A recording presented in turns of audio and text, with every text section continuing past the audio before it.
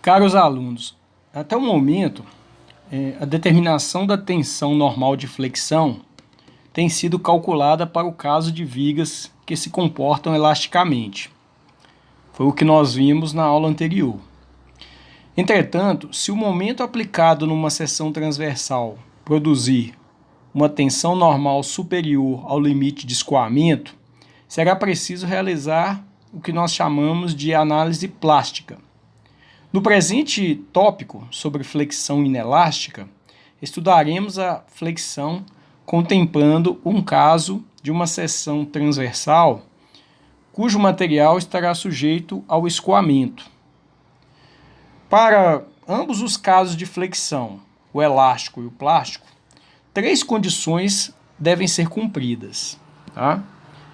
As deformações normais, epsilon, que se desenvolvem no material, sempre variam linearmente de zero, na linha neutra da seção transversal, ao valor máximo na borda da seção transversal, que corresponde ao ponto mais afastado da linha neutra.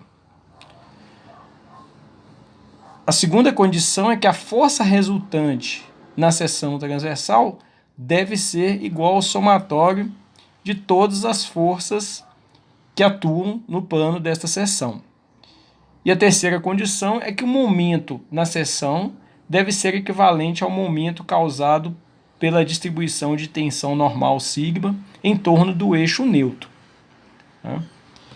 Então essa segunda e terceira condição pode ser representado matematicamente para uma seção transversal qualquer, né, como essa que a gente está mostrando, submetida a um momento m, né? A segunda condição da força resultante igual ao somatório de todas as forças.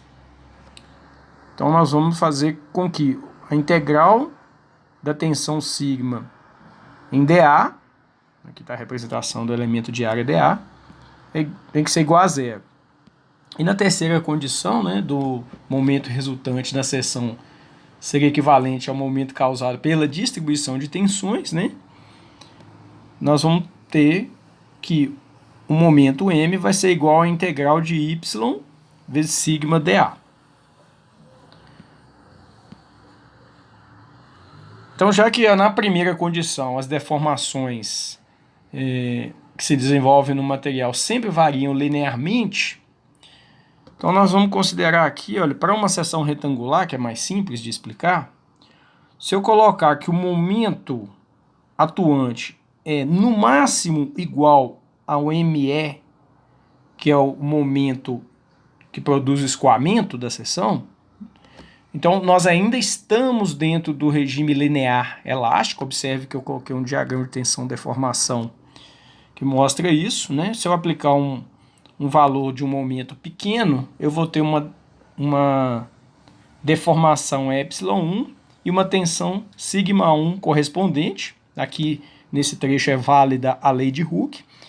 Para uma deformação ε2 que ocorre para um momento um pouquinho maior, eu vou ter uma tensão σ2 e o momento elástico máximo vai ser aquele momento que corresponde ao limite da tensão de escoamento, ou seja, ainda dentro do regime linear, mas ali no limite do escoamento, né, eu vou ter uma deformação ε com índice E e a tensão correspondente um sigma E. Tá? Como as tensões, as deformações e as tensões são proporcionais, né, porque aqui é válida a lei de Hooke, a distribuição de tensões, né, vai ficar conforme essa figura da direita. A da esquerda é a distribuição da deformação normal, ε, que é, mostrando que é linear, e a distribuição de tensão também linear, conforme a gente tem aí na figura. No eixo neutro, deformações nulas, tensões nulas também.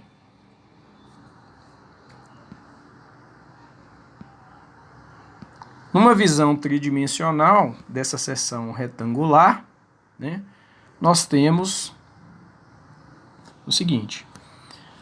Nessa seção de largura B e altura H, aquela distribuição triangular, né, pode ser vista de maneira tridimensional, como esse volume prismático com seção lateral triangular, né, que está atuando na forma de compressão acima da linha neutra e na forma de tração abaixo da linha neutra.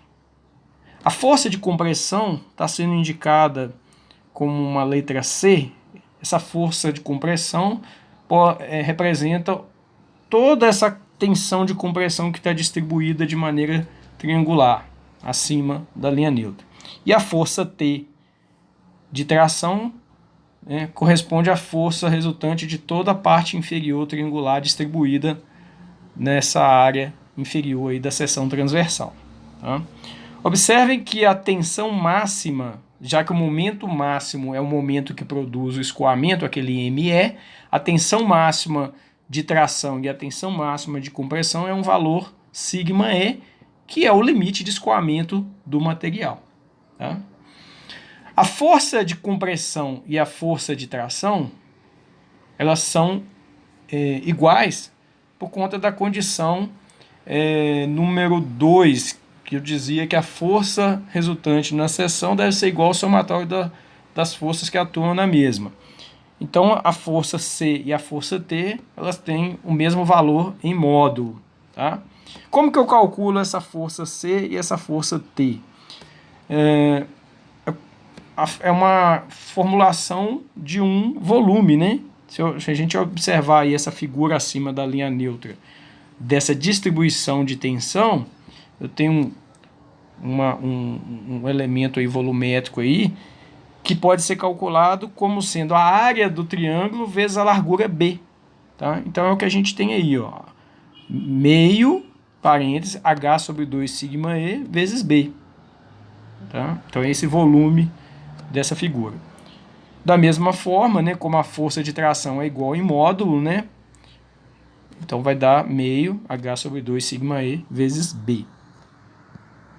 A posição dessa força C e dessa força T, né, se a gente enxergar agora essa distribuição triangular lateralmente, né, ela está em relação ao centroide, ao eixo neutro, né, numa medida 2/3 de H sobre 2. Tá? Esse 2/3 vem daquela relação do centroide de um triângulo, né, então o centro de carga de um triângulo que tem aquela relação 2/3 do comprimento é a maior distância, 1/3 do comprimento é a maior distância, né? Então por isso que tem esse 2/3 em relação ao centroide da metade da altura, que é H sobre 2. Tá? Aplicando a terceira condição, que diz que o momento resultante na seção deve ser equivalente ao momento causado pela distribuição de tensão em torno do eixo neutro, então nós vamos calcular o momento em torno desse eixo neutro. Tá? Então nós vamos ter nesse cálculo de momento, sempre um produto de uma força vezes essa distância que está sendo representada. Então, essa força C e essa força T e as distâncias que a gente está representando vai aparecer nesse equilíbrio de momento. Tá? Então, o momento que produz o escoamento é a força C vezes o braço de alavanca, né, 2/3 de H sobre 2, mais T vezes o braço de alavanca. Tá? O sinal de ambos é positivo porque ambas as forças, a de tração e a de compressão, elas tendem a provocar uma rotação anti-horária na seção transversal. Então vai ter o mesmo sinal.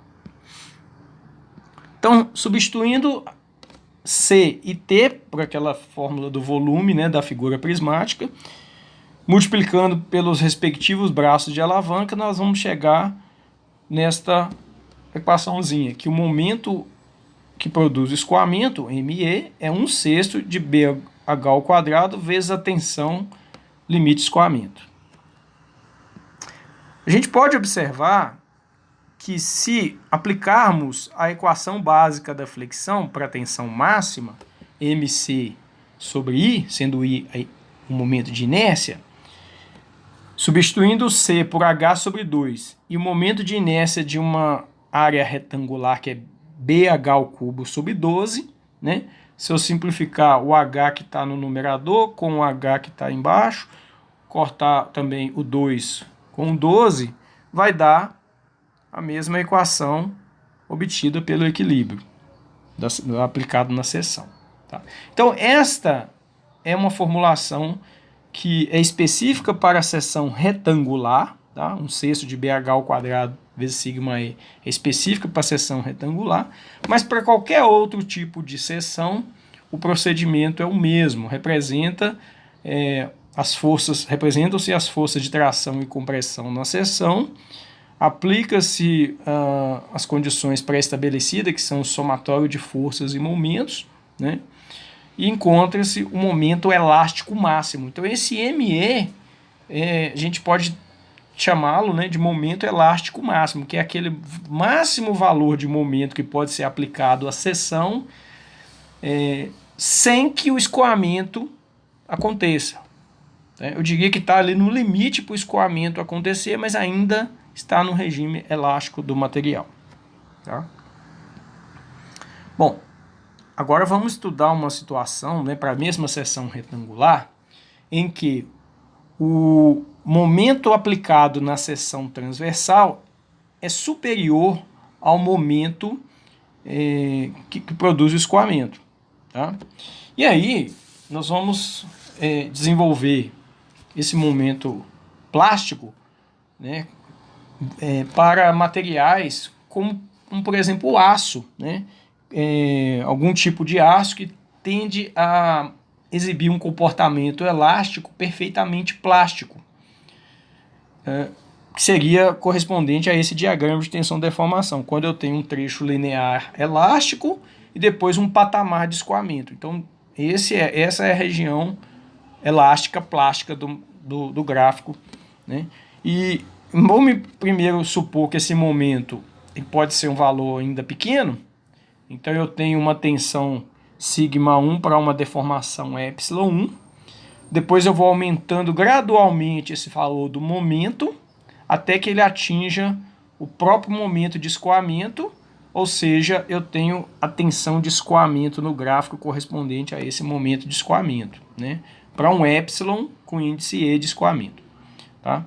Observe que se eu aumentar mais ainda o momento, se eu colocar um momento ainda agora superior ao momento ME, observe que eu vou ter uma deformação ε2, mas a tensão ela continua igual à tensão de escoamento, porque nós temos um patamar de escoamento do material. Então isso é uma característica desses materiais que exibem comportamento elástico perfeitamente plástico quando a tensão desenvolvida extrapola o limite de escoamento do material.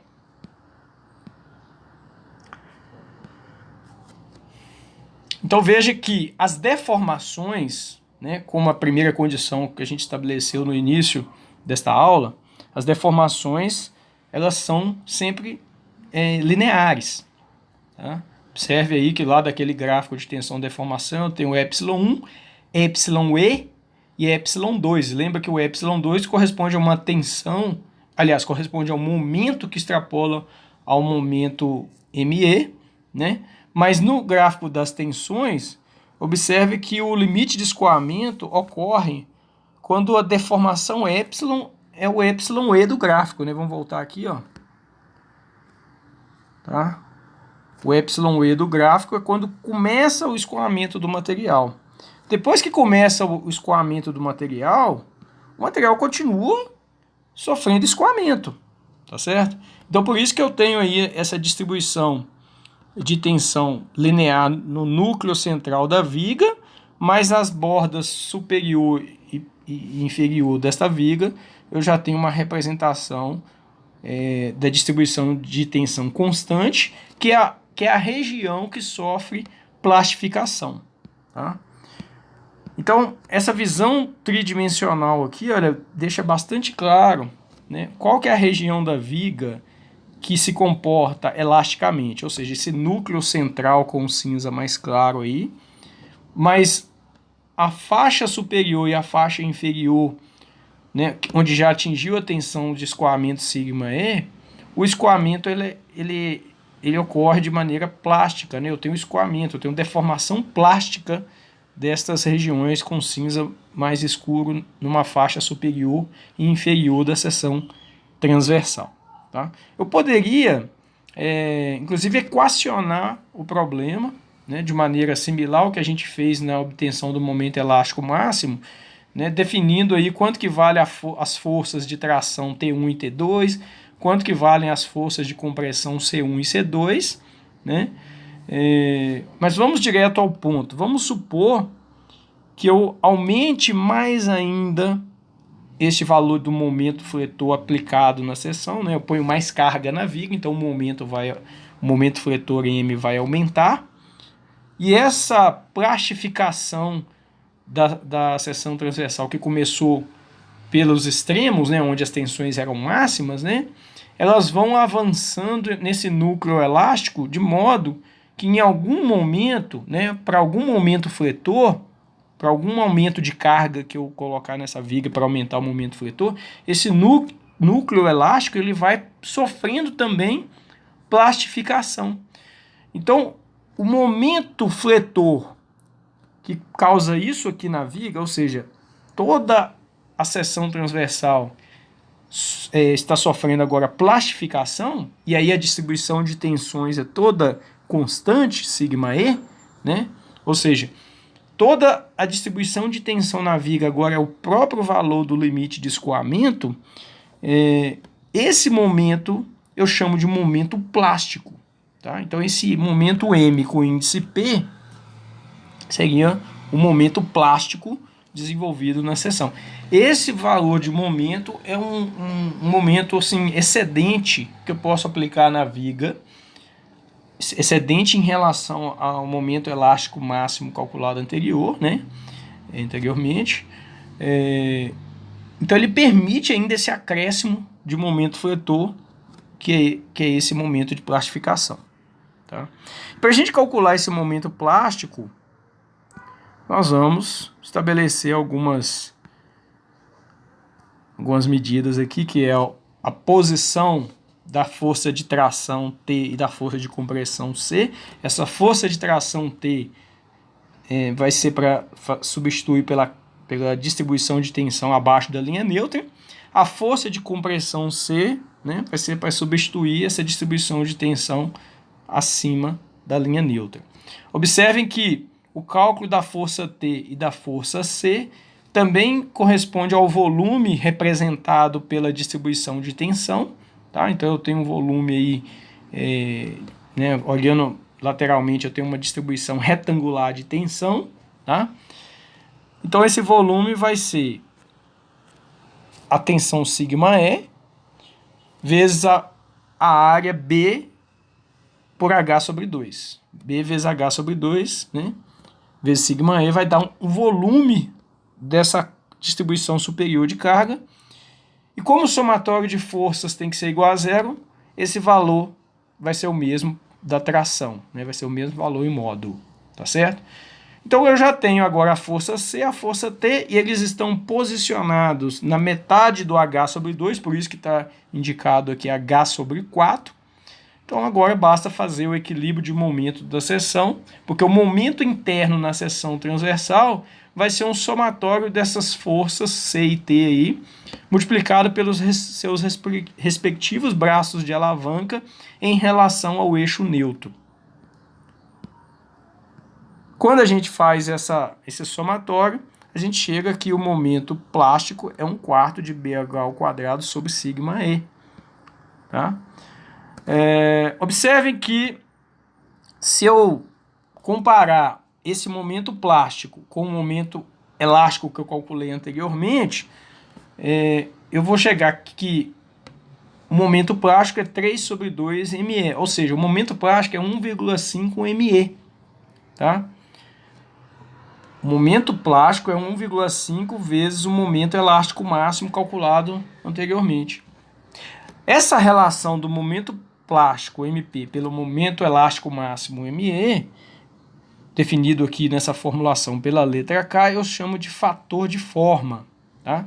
Então esse fator de forma 1,5, calculado aqui, vale para seções retangulares. Para outros tipos de seções, né, a gente desenvolve seguindo esse roteiro, né, da mesma maneira, mas vamos obter outros fatores de forma. Tá?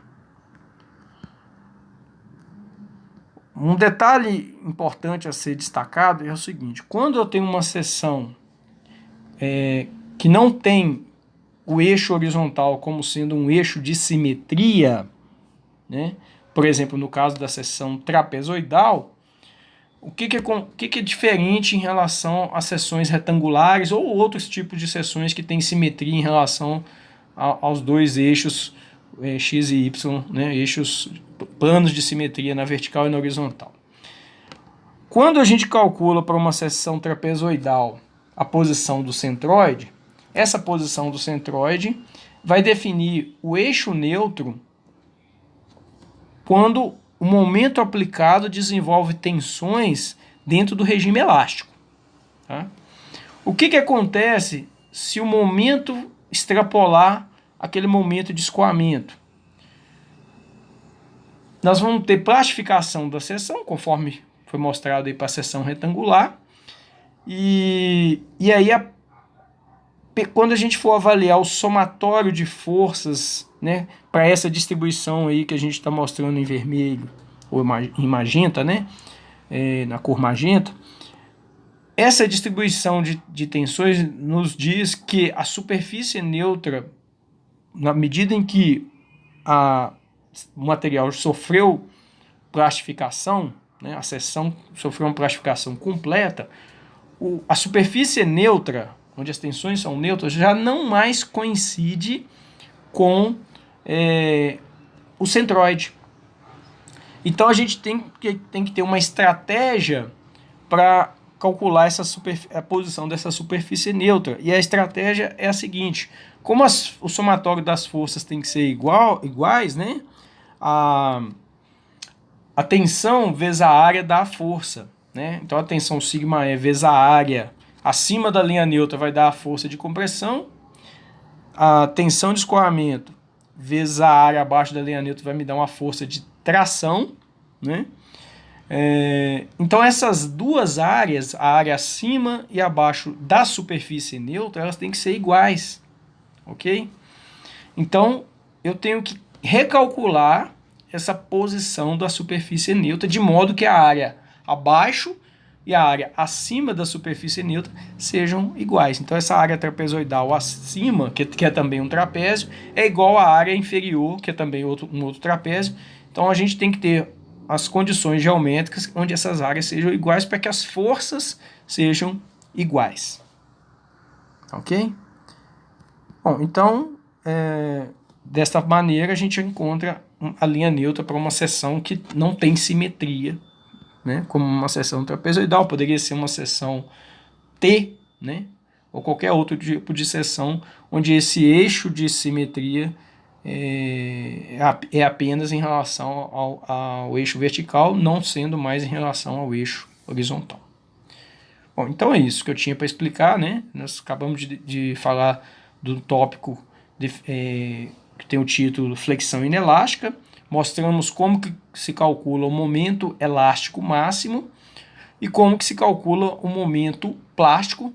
Mostramos que o momento plástico, né, voltando aqui para a seção retangular, né, que o momento plástico vai ser 50% a mais, né, do que o momento elástico máximo. Ok? Bom, com isso, né, a gente encerra esse tópico do capítulo de flexão.